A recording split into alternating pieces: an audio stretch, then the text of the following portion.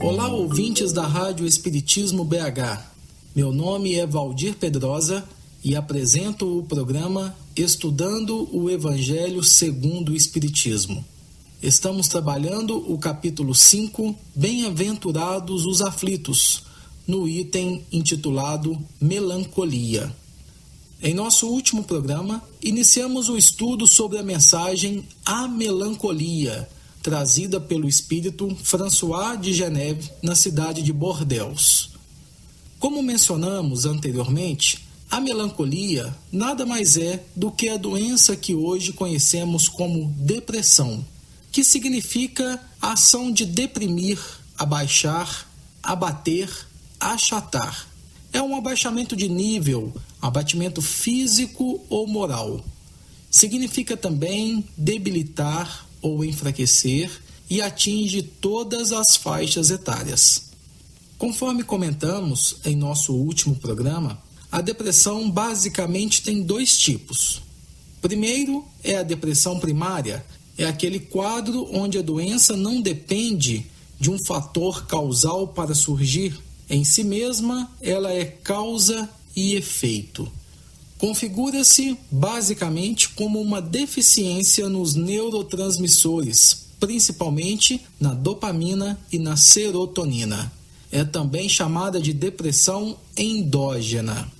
O outro tipo de depressão é a secundária, que é aquela que decorre de um fator causal, como, por exemplo, a perda de um ente querido, uma separação, grandes perdas ou frustrações, períodos de pós-cirurgia, de pós-parto ou mesmo períodos pré-menstruais, menopausa ou que tenha como uma causa uma outra doença grave qualquer, como um acidente vascular cerebral, o AVC, um tumor cerebral e também doenças da tireoide.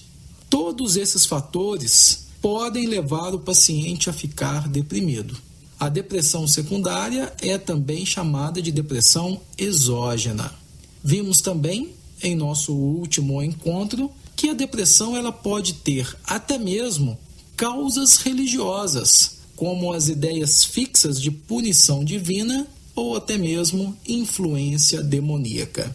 Realizado então esse pequeno resumo sobre os tipos de depressão, apenas para trazermos aquilo que foi dito no programa anterior e que é importante relembrarmos para continuarmos o nosso estudo, podemos dizer então que as causas gerais da depressão são um sentimento de tristeza profunda, um sentimento de culpa degenerada em remorso, isolamento, insegurança e o medo. Em nosso longo processo de aperfeiçoamento espiritual, quando erramos, podemos seguir por dois caminhos. Um é o caminho natural que nos leva ao crescimento. Outro é o caminho incorreto que nos leva à depressão. Quais são esses caminhos? O primeiro, o procedimento normal, é que quando a criatura erra e se conscientiza de seu erro, surge em seguida um sentimento de arrependimento. Após experimentar o arrependimento, a criatura naturalmente é tomada por uma certa tristeza. Esse sentimento de tristeza é normal e natural para todos nós, é algo comum que faz parte da nossa natureza humana.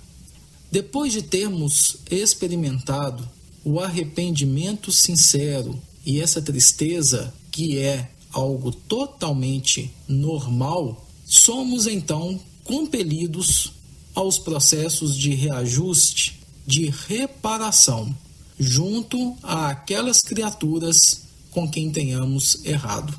Este é o processo natural da nossa evolução. Erro, conscientização, arrependimento, tristeza e reparação. Entretanto, Existem pessoas que, após se conscientizarem do erro praticado, entram num sentimento de culpa muito grande. Essas pessoas não conseguem se perdoar e, ao invés de experimentarem um sentimento de arrependimento sincero, esse sentimento de culpa as leva a um círculo vicioso do remorso, uma ideia fixa da qual não conseguem se libertar. A consequência natural disso tudo, sem dúvida alguma, é a depressão.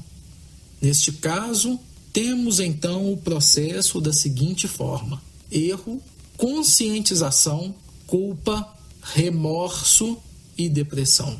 É preciso que todos nós tenhamos em mente que somos criaturas ainda imperfeitas, que buscam o aperfeiçoamento moral e espiritual em sua jornada evolutiva.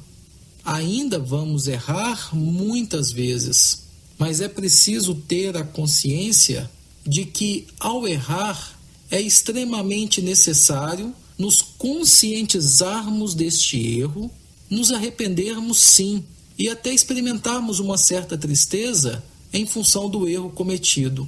Mas não podemos jamais descambarmos para um processo de autoculpa, de autopunição, de remorso, configurando-se assim numa ideia fixa a nos levar à depressão. A pessoa deprimida perde energia vital por dois motivos. Primeiro, ela perde a sintonia com a fonte divina de toda a energia do universo, que é Deus, causa primária de tudo que existe, inteligência suprema. O segundo motivo é que a pouca energia que lhe resta, uma vez que ele perde a sintonia com a fonte, é gasta de maneira improdutiva, porque ao invés de tentar sair desta situação de enfermidade, ele se consome na autocompaixão, na tristeza contínua e profunda e na lamentação de si mesmo. E por causa dessa perda de sintonia com a fonte divina e em função do gasto energético improdutivo, a criatura deprimida, a cada dia que passa, vai ficando mais fraca e cada vez mais à mercê da depressão. É preciso um esforço muito grande para que, através da oração, possa novamente se religar a Deus, aos amigos espirituais, fornecendo assim aberturas psíquicas para que os espíritos superiores, os nossos anjos da guarda, os nossos guias espirituais possam atuar de uma forma mais direta em nós, nos auxiliando a sair desse quadro perigoso. Meus amigos, a mensagem do Espírito François de Geneve, lida em nosso último programa e que serve como base para estes nossos estudos, nos permite classificar a melancolia como uma espécie de depressão reeducativa. O que seria isso? É a tristeza do espírito que amplia a consciência de si mesmo. Bem, como funciona isso? Primeiramente, precisamos esclarecer que essa tristeza do espírito caracteriza-se por um sentimento profundo e contínuo. Não é qualquer tristeza do dia a dia. Não é algo que chega e que passa muito rápido. Não é um sentimento superficial. Essa depressão se caracteriza por ser algo profundo, algo que se entranha no imo da criatura. O espírito, então, percebe com clareza a natureza de suas imperfeições, suas faltas e suas necessidades, que se configuram em um marcante sentimento de falência e de desvio das leis naturais. A criatura, então, estabelece registros profundos de inferioridade e de desvalor pessoal em razão da ausência do auto-perdão. É um doloroso estado de desilusão. Em outras palavras, podemos dizer que quando a criatura começa a trabalhar na sua reforma íntima, começa a colocar em prática o processo do conheça-te a ti mesmo, muitas das vezes, ao se deparar com a sua inferioridade moral, a criatura então se assusta e passa a cultivar esse sentimento de falência, esse sentimento de inferioridade. Ela se vê numa condição tão complicada e tão ínfima que se julga a pior das criaturas do universo. Na verdade, a reforma íntima não é para isso. Não é para que a criatura se sinta mal. É para que ela reconheça aqueles pontos da sua intimidade que precisam ser trabalhados à luz do Evangelho. É para que ela tome ciência dos vícios, das imperfeições morais que ainda existem nela e que possa, assim, trabalhar de uma forma efetiva e com segurança em seu burilamento. Só que muitas criaturas não conseguem fazer isso com tranquilidade e, ao identificar as grandes necessidades espirituais de que ainda são portadoras, se desesperam e não conseguem aurir as forças necessárias para um processo de melhoria íntima. Aí vem essa tristeza profunda do espírito, vem esse sentimento de desvalor pessoal. Ela não consegue se perdoar pelos seus erros. Não quer dizer que ela deva passar a mão sobre a própria cabeça. Não é que ela tenha que fazer vista grossa sobre as suas imperfeições, sobre os erros cometidos, mas ela precisa entender que estes erros fazem parte do nosso processo educativo e que hoje, como criaturas conscientes que somos, criaturas que já se interessam pelo estudo do Evangelho e da doutrina dos Espíritos, já temos condições e já se faz o momento propício de iniciarmos a correção destes erros, sempre com muita calma, com muita tranquilidade, para que não venhamos a ficar deprimidos. Muito pelo contrário, estes erros precisam ser trabalhados e a criatura precisa se conscientizar de que, sendo imperfeita, amanhã ou depois ela poderá vir a falir novamente em situações semelhantes àquelas onde já caiu anteriormente. Se isto ocorrer, não é motivo para desespero, mas, por outro lado, é sim motivo para se levantar e não deixar se abater de forma alguma. São nessas quedas em que muitos de nós encontramos subsídios para nos fortalecermos cada vez mais.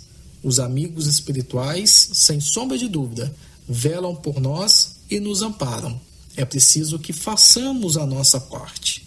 Muitos companheiros que aprofundam o estudo informam que há um núcleo de transtorno na maioria dos casos que podemos dizer tratar-se do desapontamento ou da contrariedade da criatura perante a vida de uma forma geral. Em outras palavras, isto quer dizer que o núcleo do transtorno de vários casos de depressão é a incapacidade que a criatura tem de viver e de conviver com a frustração de não poder ser como ela quer e de ter que aceitar a vida como ela é e não como a pessoa gostaria que fosse. Somos pessoas ainda, a maioria de nós, egoístas, ou seja, nós gostamos do hábito de ter nossos caprichos pessoais atendidos e não aceitamos as contrariedades.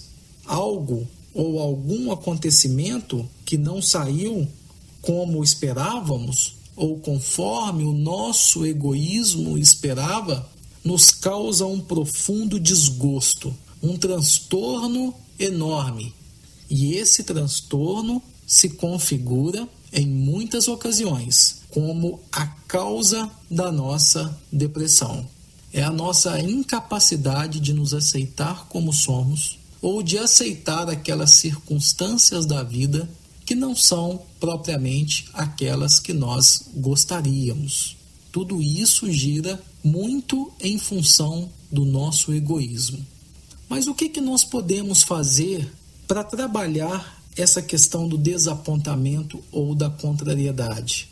Primeiramente, é necessário iniciarmos aquele processo de conhecimento de nós mesmos, aquele estudo, aquela análise acerca das nossas tendências, acerca dos valores que nós cultivamos, das conquistas que já efetuamos no campo da moral, no campo espiritual, e assim nós vamos nos tornando capazes de identificar também os pontos que precisam ser melhores trabalhados em nossa individualidade. Há uma receita para isso? Muitos perguntam. Sim, há uma receita dada pelo Espírito Santo Agostinho na questão 919 e 919A de O Livro dos Espíritos de Allan Kardec. Recomendamos aos nossos amigos, aos nossos ouvintes, que estudem bem as orientações deste querido mentor espiritual acerca do que precisamos fazer para, com calma, com tranquilidade, identificarmos o que precisa ser trabalhado em nossa intimidade, a fim de evitar a contrariedade, os desgostos, os desapontamentos e extirpar de uma vez por todas de nosso espírito vícios tão prejudiciais quanto o egoísmo e o orgulho. Como podemos agir diante de acontecimentos que não saem como nós esperamos? Diante de situações que a vida nos apresenta que são totalmente contrárias aos nossos anseios. O que fazer nessas circunstâncias? Para nos auxiliar nestas questões, o entendimento do chamado princípio 90/10 de Stephen Covey é de grande valia para todos nós. Ele nos diz o seguinte, que na sua vida 10% estão relacionados com o que se passa com você. Os outros 90% da vida estão relacionados com a forma como você reage ao que se passa com você. O que isto quer dizer? Quer dizer que realmente nós não temos controle sobre 10% do que nos sucede. Não podemos evitar que o carro enguice, que o avião se atrase, que o semáforo fique no sinal vermelho. Mas é você quem determinará os outros 90%. Como? Através da sua reação. Vejamos um exemplo. Imagine que você está tomando o café da manhã com a sua família. Sua filha, ao pegar a xícara, deixa o café cair na sua camisa branca quando você estava saindo para o trabalho. Você tem algum controle sobre isto? Não, não tem. Ou seja, você não poderia ter feito nada neste momento. O fato da sua filha derramar o café na sua camisa está totalmente fora do seu controle. Mas o que acontecerá em seguida será determinado por sua reação. Vamos imaginar então que você se irrita, repreende de forma severa a sua filha e a menina então começa a chorar. Mas não fica só por aí não. Você também censura sua esposa por ter colocado a xícara muito na beirada da mesa e tem prosseguimento uma batalha verbal entre você, sua esposa e a filha. Contrariado e resmungando, você vai mudar de camisa. Mas quando volta, encontra sua filha chorando mais ainda e ela acaba perdendo o ônibus para a escola. Sua esposa vai para o trabalho também contrariada. Você tem de levar agora sua filha de carro para a escola, porque ela tem uma prova de matemática logo no primeiro horário. Como está atrasado, você dirige em alta velocidade e acaba sendo multado. Depois de mais de 15 minutos de atraso, uma discussão com o guarda de trânsito e uma multa, vocês chegam à escola, onde sua filha entra, também já atrasada, sem se despedir de você e ainda chorando. Imagine as condições em que essa menina vai fazer uma prova. Ao chegar atrasado para a reunião no escritório, percebe que esqueceu em casa a sua pasta com os documentos que deveriam ser apresentados no escritório e leva uma baita descompostura de seu chefe. Seu dia começou mal e parece que ficará ainda pior. Você fica ansioso para o dia acabar, mas quando chega em casa, sua esposa e sua filha ainda estão de cara fechada, em silêncio e frias com você. Por que tudo isso aconteceu? Simplesmente por causa da sua reação ao acontecido no café da manhã. Pense, por que o seu dia foi péssimo? Foi por causa do café? Por causa da filha, da esposa, da multa de trânsito ou por sua própria causa? Uma breve reflexão nos levará a entender que tudo isso aconteceu por sua própria causa. Você não teve controle sobre o que aconteceu com o café, mas o modo como você reagiu naqueles 5 minutos foi o que deixou o seu dia ruim. Imagine o seguinte: o café cai na sua camisa, sua filha começa a chorar. E aí, ao invés de você xingar a menina, ao invés de você se irritar, você diz a ela gentilmente: tá tudo bem, minha filha, você só precisa ter mais cuidado. Você se dirige ao seu quarto, pega outra camisa, pega a sua pasta de trabalho, se despede da sua filha, que entra tranquilamente no ônibus e vai para a escola fazer a sua prova. Dá um sorriso a ela, dá um adeus, deseja boa sorte, despede da esposa que também vai para o trabalho e fica tudo bem. 2 situações iguais que terminam de formas diferentes. Por quê? Porque os outros 90% são determinados pela sua reação. Aqui nós temos então um exemplo de como aplicar o princípio 90/10. Ampliando um pouco a ação deste princípio, se alguém diz algo negativo sobre você, não leve a sério. Não deixe que os comentários negativos te afetem. Reaja apropriadamente e seu dia não ficará arruinado. Como você reage a alguém que te atrapalha no trânsito, por exemplo? Você é daqueles que fica transtornado, que bate no volante, que xinga, sua pressão sobe? O que acontece se você perder o emprego? Por que perder o sono e ficar tão chateado com isso? Isso não vai funcionar. O que nós precisamos é usar a energia da preocupação para procurar outro trabalho, ao invés de gastá-la com lamentações, ao invés de simplesmente entrarmos num processo de tristeza profunda, de depressão. Veja outra situação. Seu voo está atrasado. Vai atrapalhar a sua programação do dia de trabalho. Por que manifestar frustração com os funcionários do aeroporto? Eles vão poder fazer alguma coisa? Eles vão poder te ajudar? Não, não vão. Então não adianta ficar nervoso. É mais proveitoso utilizar o seu tempo para estudar, para ler, para conhecer outros passageiros, criar novos laços de amizade. Estressar só vai piorar as coisas. Milhares de pessoas estão sofrendo de estresse que não vale a pena, de sofrimentos, de problemas, de dores de cabeça, de situações 1000 que, se não forem bem contornadas, poderão levar essas pessoas à depressão. O conhecimento e a prática do princípio 90/10 pode nos ajudar nestas situações.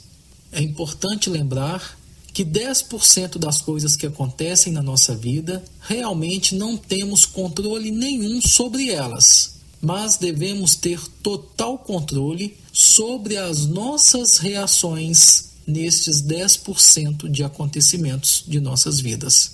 As nossas reações podem e devem ser controladas. Para isso, nós, espíritas, que conhecemos o poder e o valor da prece, precisamos e devemos nos ligar aos nossos amigos espirituais pela oração, pelas vibrações positivas, a fim de termos maior tranquilidade para sairmos de situações estressantes que fatalmente poderiam nos levar a um quadro de depressão.